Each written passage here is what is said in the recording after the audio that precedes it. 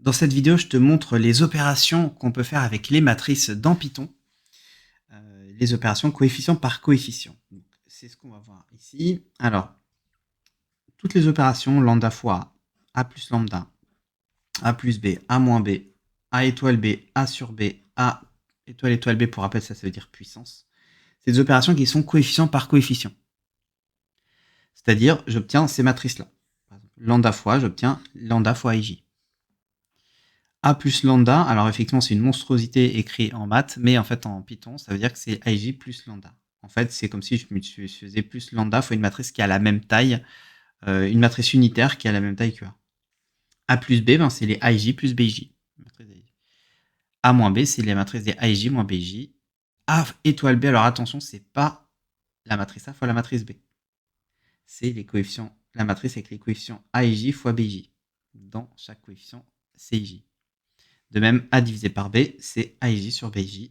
Et là, c'est les puissances. Exemple, donc si j'ai cette matrice-là, donc 1, 2, 3, crochet pour créer la matrice, c'est crochet pour faire une première ligne, 1, 2, 3, virgule, on change de ligne, 4, 5, 6 pour une nouvelle ligne, virgule, on change de ligne, 7, 8, 9 pour la nouvelle ligne. Et j'ai D, donc je dis que c'est 10 fois np.1, parce que je fais le lambda fois la matrice. Et donc, on voit que ma matrice avec que des 1, elle est multipliée par 10, donc j'ai une matrice avec que des 10. Pour rappel, hein, np.1, attention, il y a la parenthèse du np.1 et la parenthèse pour les deux chiffres. Si je fais A plus 1, ben je prends tous les A et j'additionne 1 à chaque matrice, à chaque coefficient de la matrice.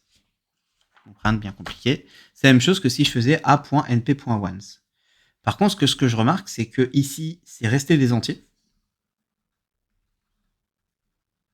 Alors que là, c'est devenu des flottes. Très pratique pour la suite, tu verras pourquoi. A plus 5, ben, j'ai rajouté 5 à chacun. A plus B, ben, du coup, comme ma matrice B, ici, c'est du float. Float, c'est-à-dire que c'est des nombres après la c'est pas en entier, c'est un nombre après la virgule, même si, il considère comme float, même si c'est 10,0. Si tu as du mal, pareil, comme je disais dans la précédente vidéo, regarde la vidéo sur float et sur integer dans la playlist d'initiation. Donc A plus B, donc ça fait ça. J'ai rajouté chaque coefficient. Donc ici, c'est A là, le A ici, je vais rajouter 10 à chaque fois. Donc 12, 13, 14, 15, 16, tac. A moins B, ben, je fais A et je lui soustrais chacun des coefficients de B. Donc 1 moins 10, ça fait 9. 2 moins 10, ça fait moins 8, etc. A fois B, je multiplie coefficient par coefficient. Donc chaque coefficient est multiplié par 10, puisque chaque coefficient de B, c'était 10. A divisé par B, je divise chaque coefficient de A par le même coefficient de B, sachant que chacun valait 10. Donc en fait, je divise par 10 chacun. A étoile B, c'est-à-dire chaque coefficient A et J, je le mets à la puissance B et J. Donc du coup, la puissance 10 à chaque fois. Donc c'est très simple. Maintenant, attention, si je veux mettre une matrice à puissance négative, ben, il faut que les valeurs dans la matrice soient de type float et non de type int. Parce que tu vois, si je me dis, je prends la matrice A, faire 1 sur 1, 1 sur 2, 1 sur 3, il n'y a pas de problème. Parce qu'ils sont tous strictement différents de 0. Donc, ben, je peux... et pourtant, ça ne marche pas parce que c'est des entiers. Donc, la première méthode, c'est soit de rentrer à la main sous forme float. Donc, tu vois, quand je faisais le np.array, je vais 1 point, 2 points, 3 points, etc.